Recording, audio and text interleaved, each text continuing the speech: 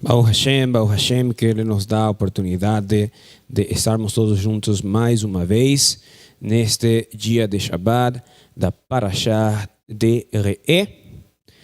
Antes de começar o meu comentário, mais uma vez, agradecer a presença e a participação de todos os que nos estão acompanhando do outro lado da tela e os que estão hoje aqui presencialmente na comunidade, na sinagoga de Ponta Grossa. Agradecer a sua presença, a sua participação, a disposição de todos a terem a força suficiente para sair das suas casas e virmos cumprir este mandamento positivo de guardarmos e lembrarmos do grande dia de Shabbat, neste dia da porção da Parashá de Re'eh, né?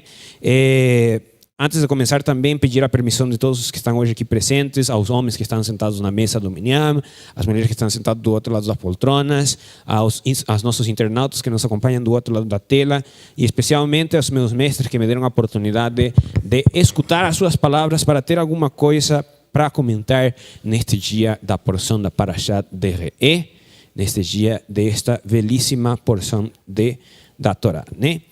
Então, para começar o meu comentário, queria começar o meu comentário já introduzindo um conceito importante dentro do estudo da Torá, né, e do judaísmo, que é o conceito da Kelipá, né? Kelipá, antes de perguntar por que falarmos a respeito da Kelipá, explicar um pouco o que significa essa palavra, né? Kelipá vem do conceito hebraico de vazio, algo que ocupa um espaço, mas que não tem um valor, não tem nada que represente esse espaço que está ali, né, que está vazio, né? E ser reconhecido como Kelipá todas aquelas questões que quando um homem ou uma mulher comete uma averá, comete um pecado, né, ele cria, né, com a sua ação física e a sua ação espiritual, ele cria um espaço vazio que dificulta o quê? Dificulta a aproximação daquela pessoa com Hashem, né? É como quando nós colocamos um obstáculo na nossa frente para cumprir alguma coisa que nós queremos chegar. É como se nós acabássemos murchando os pneus do nosso carro, sabendo que precisamos ir para um lugar importante, para uma reunião importante, né? Então esse é o conceito da Kelipá, quando você esvazia algo, né? Então você tem o teu carro e você precisa ir naquela reunião, nesse momento importante, nessa data marcada, e você vem, esvazia os pneus do teu carro e eles ficam murchos, né? Então você corre um risco grande a acontecer um acidente se você sair com esse carro desse jeito, né? Então, aquele pai, esse conceito de esvaziar uma coisa, de tirar a energia boa de alguma coisa e torná-la fútil, né? Então, quando cometemos uma averá, nós criamos de uma outra forma uma Kelipá. Uma Kelipá não é necessariamente uma entidade, né? Que muitas vezes o Bnei Anusim, a pessoa que nos acompanha do outro lado da tela, ela vem com um pensamento um pouco ocidental, né? Daquela coisa que nós sempre vemos nos filmes, nas séries, na internet, na televisão, de que você tem do lado esquerdo tem um capetinha e do outro lado tem um anjo, né? E são duas figuras, são duas entidades que te levam para o bem e para o mal, né? Aquele pá não funciona desse jeito, não é uma entidade. Aquele pá é uma energia que te afasta, né? Como quando nós temos um ímã. Nós sabemos que o ímã ele pode afastar, ou ele pode repelir, ou ele pode atrair, né? Ele pode forçar para o lado, né? Ele pode te ajudar a fazer uma aproximação, né? Esse caso é o mesmo, não é uma entidade que você cria, né? Não é necessariamente como muita gente vê, um demônio, uma coisa errada, senão é simplesmente uma energia contrária àquilo que nós desejamos fazer. O que é o que nós desejamos fazer? Qual que é o nosso objetivo como Yehudim, né? Como judeus? Qual que é o objetivo final de todo ser humano? Né? Não só dos judeus, mas qual que é o objetivo final de todo ser humano? Quando Hashem fez a Beriá, quando Hashem fez a criação do universo, e ele criou o homem, qual que era o desejo de Hashem para o homem? Que ele tivesse a oportunidade de louvar Hashem, né? E eu vou me permitir fazer mais uma vez este comentário que eu faço classicamente, né? Que os sábios perguntam qual que era a necessidade de Hashem de fazer todo o universo, de fazer a Beriá. Qual que era o propósito de Hashem para criar a Beriá? Se ele é onisciente, ele é onipresente, ele tem tudo, que é o único que Hashem não tem como fazer, né? que é o único que Hashem não tem como fazer, né? E isso sem limitar a Hashem, né? Claro, é só um pensamento para nós conseguirmos entender algo superior, né? Porque Hashem pode fazer o que Ele quiser, né? Mas existe uma coisa que Ele não pode fazer por si mesmo, que é louvar Ele, né? Louvar Ele. Então, o objetivo final de toda a criação é Ele ter uma questão que consiga louvar Ele. Por isso é que os sábios nos ensinam que os pássaros cantam. Por isso os sábios nos ensinam que as palmeiras e todas as árvores, elas batem os seus galhos, as suas folhas, e elas produzem um som. Esse som que para nós às vezes pode ser bonito ou pode atrapalhar o nosso ouvido. Todos esses barulhos da natureza, quando as ondas batem na praia, né, no mar, né, todos esses barulhos, né, todos esses barulhos são a forma que a criação tem de louvar a Hashem, de cumprir com aquele mandamento principal pelo qual nós fomos criados. Só que o ser humano, a diferença do restante da criação, nós temos esse impedimento, que com as coisas más, com as coisas negativas que nós fazemos, nós acabamos atrapalhando essa função primária, né, que nós tínhamos de louvar a Hashem e de nos aproximar dele, né? Então, esse é o conceito da Kelipá, da questão que nos afasta ou que nos dificulta essa elevação para o sagrado. Agora vem a pergunta, por que falar de Kelipá? Né? Por que falar desse vazio? Por que falar desse vácuo? Por que falar dessa diversidade nessa porção da Parashat de Re'eh? E a resposta é simples, né? Hashem e Moshe, nesta Parashat de Re'eh, ela leva esse nome pelo seguinte, porque Hashem está chamando a atenção de todos nós, né? Quando Hashem fala Re'eh, olha ou vê, né? É para que você veja para onde você está indo, para onde nós estamos nos encaminhando, né? Então, quando chegamos a esta porção da Parashat de Re'eh, Hashem nos está pedindo o seguinte: pare um pouco, vamos parar um pouco. Dê uma parada ali, porque nós precisamos analisar o que estamos fazendo e para onde queremos ir, né? E isso naquela época com os Bnei Israel, os descendentes de aqueles que saíram de Mizraim, né, e que acabaram falecendo nos 40 anos do deserto, eles precisavam deste chamado de atenção porque eles estavam prestes ao quê? A conquistar Eretz Israel, né? No que naquela época era Eretz Canaã. Eles precisavam tomar força, entender qual que era a tarefa e saber qual que eram as ferramentas que eles precisavam tomar para conseguir esse objetivo de conquistar a terra, né? E para nós hoje, qual que é o chamado da porção da Parashat de Re'eh? Que é que nós precisamos enxergar? Que é que Hashem está tentando mostrar para nós nesta porção da Parashat de Re'eh hoje, né? Que é o que nós precisamos ver, né? E eu preciso voltar para um comentário que fizemos em algumas porções passadas, né, a respeito de um Teilim, um salmo. Ele fala assim, o salmo fala assim: Reshid Chokhmah Yirad Hashem, né? Que traduz assim: o princípio, o começo, o nascimento da sabedoria é o temor a Hashem. Mas naquele comentário falávamos que esse Yirad está muito ligado à palavra da porção de hoje, Re'eh, vê, enxerga, né? Então, Reshit Chokhmah Yirad Hashem é o começo da sabedoria, é a capacidade de ver a Hashem, né? Em todos os momentos. Então, por isso, esta Parashat de Re'eh é importantíssima. Para continuar o meu comentário, eu vou precisar da ajuda do meu grande mestre, o Moshe Ben Israel.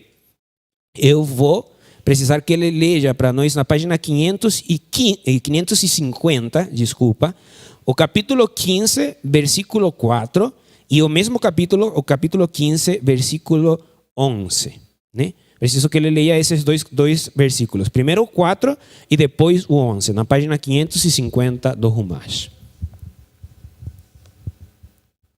Contudo, não haverá no meio de ti mendigos, pois te abençoará o Eterno na terra que o Eterno, teu Deus, te dá por herança, para herdá-la.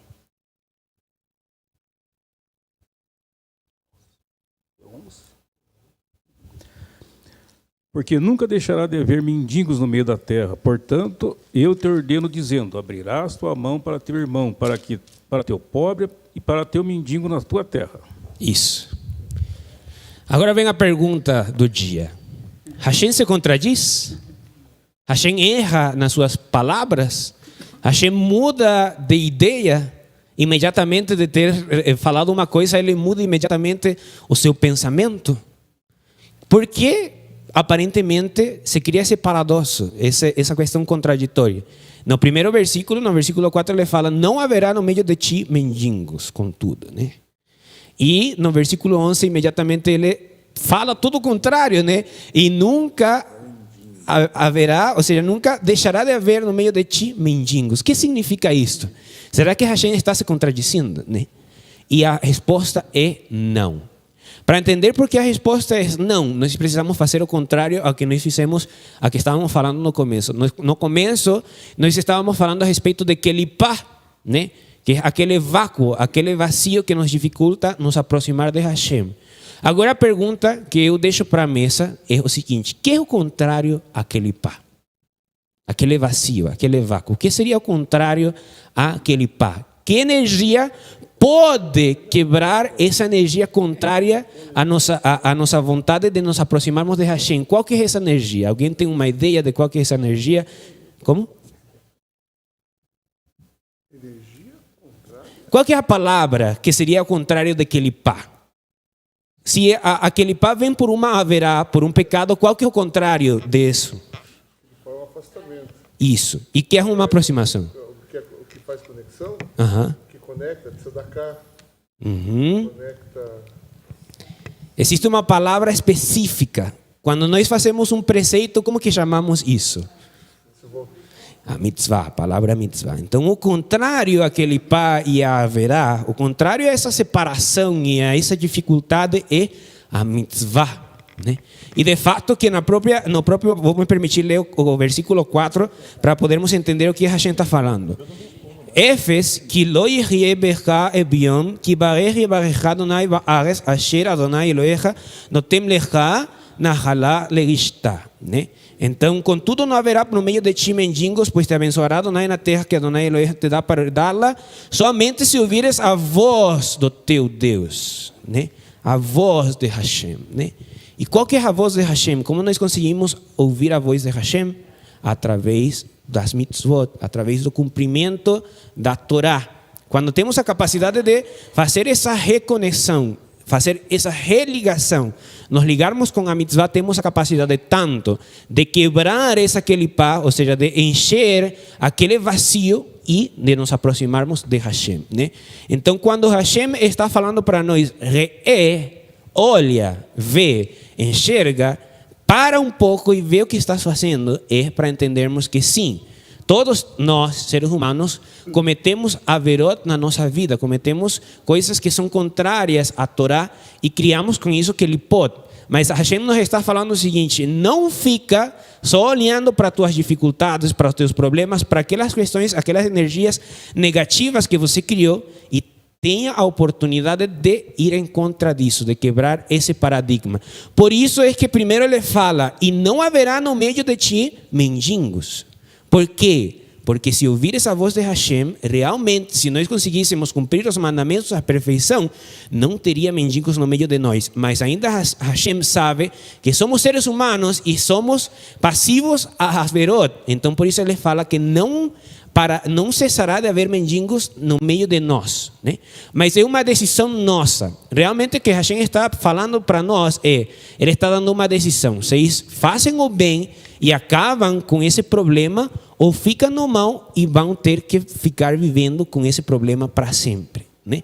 Então a pergunta para todos os que nos estão acompanhando hoje é: qual desses dois polos nós vamos a escolher, né?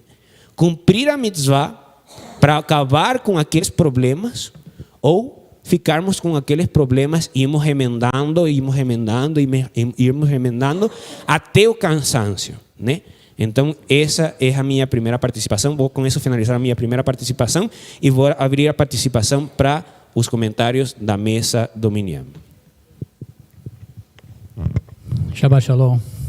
Vamos começar aqui então, pedindo permissão para os nossos amigos da mesa, o Ranor que está na direção, e a vocês que nos acompanham também pelo nosso canal. Sejam todos bem-vindos a esse momento dos comentários, que é muito importante para nós tirar nossas dúvidas, né? Se você tem uma dúvida aí, ou tem um comentário para acrescentar, é o momento certo agora, né? Estava analisando, o Ranor fez a exposição ali sobre os mendigos, né? Que nunca haveria, mas que sempre haverá, né? E aí, dentro do contexto da leitura de hoje, a Hashem fala com as pessoas que são bem-sucedidos na vida, e diz para eles, quando forem à festa, não esquecerás, lembrarás do pobre, do mendigo, do órfão e da viúva que estão no meio de vocês. Porque para isso o Senhor teu Deus te abençoou. Te abençoou com o quê? Com o bem, com a riqueza, com a fazenda, né? com o seu trabalho bem-sucedido. Para isso o Eterno te abençoou. Para isso o quê? Para você abençoar o menos favorecido, né? Com a bênção que o Eterno te dá, Ele te dá a possibilidade de você abençoar aquele que menos favorecido, né?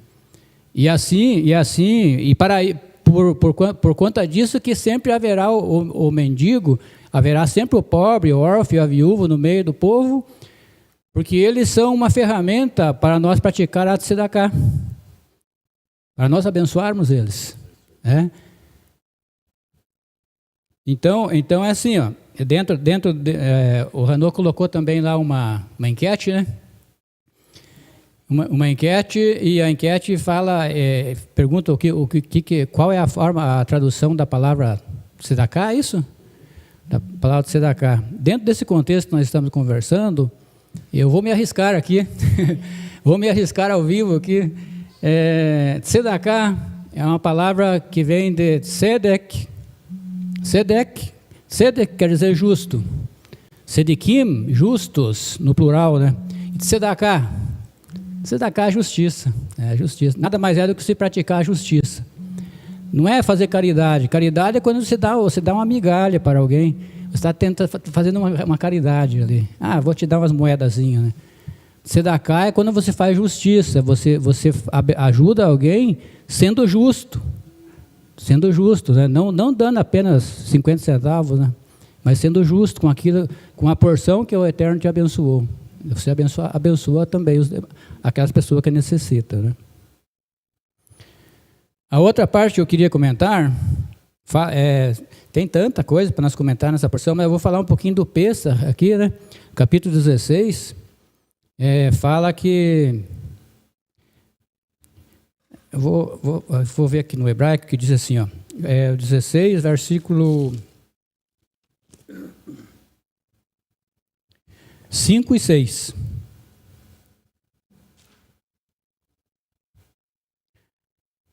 Lo tuchal lisboach et apasach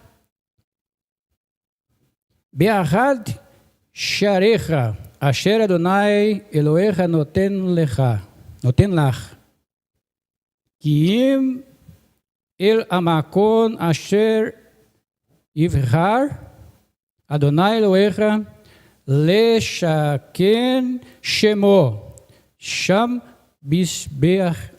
tishbeach et apesach. Não li todo o versículo, mas li a parte que interessa aqui, né, para o comentário, que ele diz que não poderá sacrificar a Páscoa em tuas cidades, nas cidades que o Eterno teu Deus te dá, mas somente no lugar que o Eterno teu Deus escolher para ali colocar o seu nome, ali sacrificará o Pessah, né? Então, e nós vivemos nessa situação hoje, né, que não podemos sacrificar o Pessah, literalmente como é a mitzvah de Pessah, né? A mitzvah de Pessah aqui era para imolar o cordeiro pascal e comer ele durante a noite toda, e que não podia deixar nada para o dia seguinte, né? Nessa festividade era para convidar o pobre, o órfão, a viúva, para também fazer com que eles cumprissem essa mitzvah. Se você tivesse condição de abençoar mais pessoas dessa aí, quanto mais pessoas você abençoasse, melhor você estaria cumprindo a mitzvah, né? Mas teria que ser no lugar que o Eterno escolhesse. E ele escolheu onde? Em Jerusalém, né? Em Jerusalém. No Beit Hamikdash. Primeiro foi no Mishkan, e depois foi edificado o Beit Hamikdash, destruído, edificado, destruído novamente. Né? E estamos sem ele. Né? Por conta disso, não podemos sacrificar o Pêssar completamente como é a mitzvah. Não podemos ter o cordeiro pascal.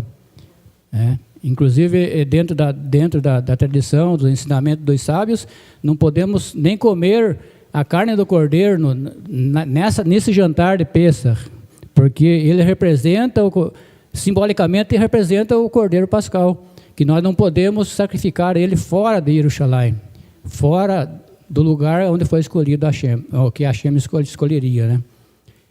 E acredito que vou ficando por aqui, deixar para os demais comentar. Shalom.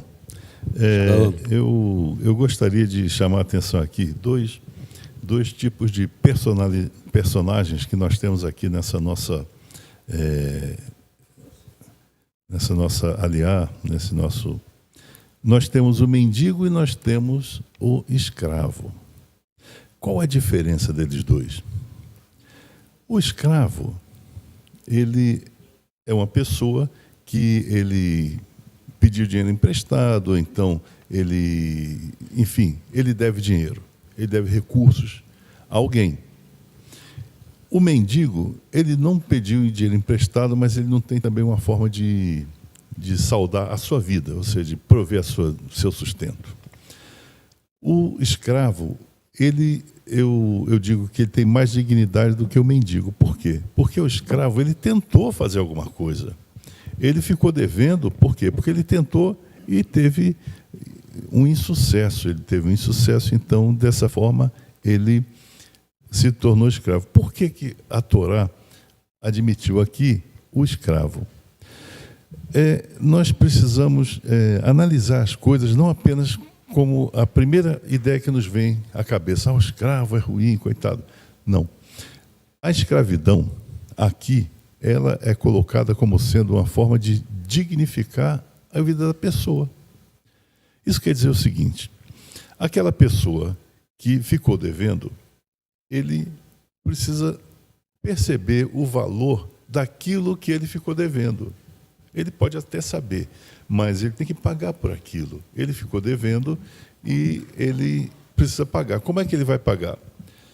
O judaísmo é muito interessante, porque o escravo, ele precisa também ser dignificado. O próprio patrão do escravo, no judaísmo, ele tem que sustentar o escravo com dignidade. O escravo não pode dormir no chão, ele tem que ter um lugar digno, tem que ter roupa, ele tem que ter o sustento como se fosse um filho daquela família. E o detalhe: o escravo, ao fim dos 6 anos, ele tem que ser liberto. Mas assim, vai embora e tal. Não. O escravo, ao fim dos 6 anos, ele recebe mantimentos, ele recebe do melhor do vinho, ele recebe animais, ele recebe um meio de sustento. Por quê? Na realidade, o escravo, enquanto foi escravo, ele pagou 2 vezes aquilo que ele devia. Como assim? Pagou em dobro. Porque primeiro ele pagou o trabalho e depois ele não recebeu o fruto daquele trabalho, ou seja, em dobro. Então, ele precisa ser retribuído por aquilo que fez. Isso é justiça. Isso é tzedakah. O mendigo, por sua vez, ele não teve a dignidade de procurar fazer alguma coisa e depois errar. O erro é inerente à humanidade. Nós não somos obrigados a acertar tudo. Então, o mendigo ele não tentou. Então, eu digo que o escravo é mais digno que o mendigo. No entanto, embora sendo mendigo, é um ser humano. Ele não pode ser condenado a morrer de fome. Ele precisa ter o sustento também, com dignidade. Quando alguém vier bater na tua porta pedindo um prato de comida, pedindo um mantimento, uma coisa assim, dê. sorrindo. Se você der com aborrecido, você também está fazendo bem àquela pessoa, mas não está fazendo bem 100%. Você não está dando dignidade àquela pessoa. Quando você der alguma coisa a alguém, dê sorrindo e diga a ele, olha, eu estou dando isso aqui porque você é merecedor, você é uma boa pessoa. Assim se faz tzedakah. Não se faz tzedakah zangado. Pode até fazer, mas não é o mesmo nível de valor. Shabbat Shalom. Shabbat Shalom. Shabbat Shalom. Dando continuidade aos comentários do Hanok. O português, ele tem a tradução do português, ele vem aqui no capítulo 5, versículo 4. Contudo, vírgula, não haverá no meio de ti mendigos, pois te abençoará Adonai na terra, que Adonai, teu Elohim, te dá por herança para herdá-la. Somente se ouvires a voz de Adonai Elohim, para guardar e para cumprir todo esse mandamento que eu te ordeno hoje. Essa é uma linha do tempo. Ele diz somente. Se você fizer isso, não haverá mendigos. Isso é um tempo, é um condicional, está lá atrás. Por isso que não existe contradição por isso. Aí vem aqui uma profecia que se cumpriu, que está cumprida. Porque Adonai Elohim te abençoou, como te falou, e emprestarás a outras nações, e não tomarás emprestado, e dominarás sobre muitas nações, e sobre ti não dominarão. Isso é uma profecia cumprida. Israel veio para o Brasil ajudar no desastre lá de Mariana, e quase ninguém foi para lá para ajudar em nada, né? Então, essa é uma profecia cumprida. Aqui vem uma outra situação. No tempo futuro, isso é profético. Ele veio com a primeira profecia, que se cumpriu, e a segunda profecia se cumpriu. Se no meio de ti houver um mendigo entre teus irmãos, numa das tuas cidades, na tua terra, aqui começou um condicional. Aqui já aconteceu, aqui já está profetizado que a primeira promessa não foi cumprida. Daí já está aqui, se vocês não cumprirem, porque ele já estava escrito que não se cumpriu. Aí que vem essas premissas, como se conduzir ao fazer a tzedakah para o mendigo, para o servo, e aí continua a Parashá falando das festas, falando de como você vai remir o endividado, como você vai devolver a terra àquele que cumpriu o tempo. Aí você vai ter os anos sabáticos, vai ter os jubileus, vai ter a remissão de todas as coisas que vão sendo... O Devarim, ele vai ratificar tudo que os outros livros trouxeram. Ele vem e ratifica, fala das festas, fala dos compromissos, mas aqui, como o Hanok tinha começado a falar, há contradição, não há contradição. Está exatamente numa linha do tempo, colocando, se tivesse sido cumprido tal qual estava ali, não haveriam mendigos. Mas ali, no momento seguinte, já está profetizado, haverá mendigos. Como se profetizou que o povo seria disperso, como profecias se cumpriram da diáspora e do retorno. Essa segunda aqui dizendo que Israel vai dar emprestado e não vai tomar. Essa é uma profecia cumprida, pode dizer, botar o carimbo, cumprido, aconteceu e acontece. Então, seria esse o comentário. Shabbat Shalom. Shabbat Shalom. Shabbat Shalom. Cuando el pueblo salió de Egipto, hubieron 10 plagas. Una de ellas era la del escuridón. En ese momento, ellos eran esclavos en Egipto y Hashem permitió que ellos llegaran, es la palabra, a los tesoros del pueblo de Egipto.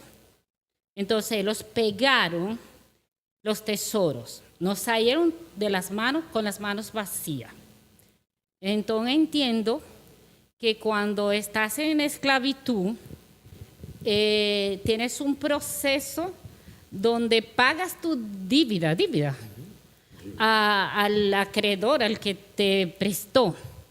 Entonces, en esos 7 años, al culminar, él entrega a você como un pago por esos años de esclavitud. ¿Y otra cosa? También he entendido que cuando la mujer judía hace el encendido de las candelas del Shabbat, ella toma una porción de dinero y fala, esta es una sedacá, y la va guardando para el momento de ela entregar. Shabbat Shalom. Shabbat Shalom. Isso aí, né?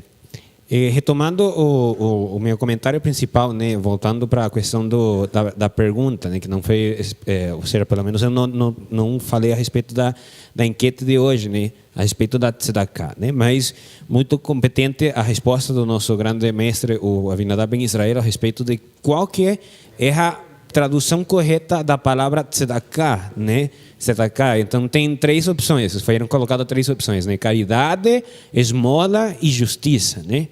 Então sabemos que caridade não é e esmola também não é pelo mesmo significado da palavra, que o Eliarro estava falando a respeito da tradução das questões, né? E eu sempre aproveito a oportunidade de falar isso, né? Nos idiomas, nas línguas, existem palavras que não podem ser traduzidas literalmente para outro idioma, né? E o hebraico, especificamente o hebraico bíblico, está cheio, está lotado dessas palavras que não podem ser traduzidas perfeitamente a outros idiomas, né? Que é o caso da palavra tzedakah, né? Ainda assim, contudo, nós temos a raiz do verbo da palavra, que é tzedek, que o próprio Avinadab Ben Israel falou, né? Tzedek significa justiça, né? Tzedakah é ato de justiça, né? Então, quando, né, era que também aproveitando o comentário do Benjamin Saitum, muito competente, né, a sua participação, quando a Torá, nessa porção da Parashat de Re'eh, nos fala a respeito desses 2 tipos de pessoas, né, o escravo e o mendigo, né, a pergunta que fica é: Hashem permite essas coisas, né? Hashem dá a oportunidade de que isso aconteça, né? Não é que Hashem dá a oportunidade de que isso aconteça, é que nós, através dos nossos maus atos, a nossa má administração, né, acabamos criando esse problema na nossa vida, né? Nós somos os que trazemos esses problemas para a nossa vida. Hashem nos dá um caminho, isso sim, Hashem nos dá um caminho para nos livrarmos desse problema, para sairmos dessa questão, né? Então, Hashem não, a questão é que Hashem não deseja que nós nos tornemos mendigos, nem que tenha mendigos na nossa comunidade, no nosso estado, no nosso país, e também não deseja os escravos. O que ele deseja é que nós consigamos fazer o quê? O que o Eliarro Ben Israel falou: escutar a sua voz. Se vocês escutarem a minha voz, isso não acontecerá, né? Só que por isso, mais uma vez, vou fazer uma comparação entre a questão de ouvir e ver, né? Porque já falamos que quando Hashem fala para Moshe Bayomer, né, de que falou para ele, né, é que nós também precisamos ter a oportunidade de escutar as palavras de Hashem, né? E nessa parashat de hoje ele nos fala a respeito de ver algo, né? Então nós precisamos ter esses 2 sentidos bem agudos para podermos tomar uma decisão certa a respeito disso, né? Então, para finalizar a minha participação de hoje, o seguinte, pessoal, né? Por isso, em consequência de tudo isso que nós falamos, é que então, depois disso, no capítulo 16, ele parece que muda de temática, mas não muda de temática nenhuma. Ele começa a falar de Shelosh Regalim, das 3 festas de peregrinação, para que a pessoa que está fazendo a leitura entenda que nós fomos escravos, nós não éramos merecedores da Torá e nós não tivemos a capacidade de nos mantermos em pé nos 40 anos no deserto se não for pela benignidade do sagrado, né? Então, todas essas 3 coisas que nós lembramos no Shelosh Regalim, nessas 3 festas de peregrinação, não é pelos nossos méritos, não é pela nossa capacidade, não é pela nossa força, sino pelo desejo de Hashem de nos ajudarmos, de Ele ser justo, Dele ser bondoso com nós. Então Ele nos dá uma oportunidade de quê? De emular essa mesma ação. Nós não éramos merecedores de nenhum desses três presentes, né? E às vezes, como Benjamin Saitun fala, aos nossos olhos, as pessoas que estão em situação de rua, as pessoas que têm problemas, aos nossos olhos, nós enxergamos e falamos: se eu estivesse na posição dele, eu teria a capacidade de fazer melhor do que ele. Mas não é isso que Hashem está pedindo de nós. Porque Hashem não fala para ele mesmo: se eu fosse os Bnei Israel, faria melhor que eles, porque ele sabe que sim. Mas o que ele procura é que todos consigamos fazer o quê? Ascendermos juntos e cheios, né? Que é o que fica no final das contas, né? O Shalosh Regalim, qual que era a mitzvah principal do Shalosh Regalim? Que todo fala a própria porção. Esta está na Torá escrita, você pode procurar na leitura da porção. E todo homem ascenderá pelo menos 3 vezes a cidade que Hashem desejar colocar o seu nome ali, e não poderá o homem ascender lá com as mãos vazias, né? Que são as duas coisas que tratamos nesta porção de hoje. Conseguirmos fazer a ascensão e conseguirmos encher um vácuo, conseguirmos encher um vazio, né?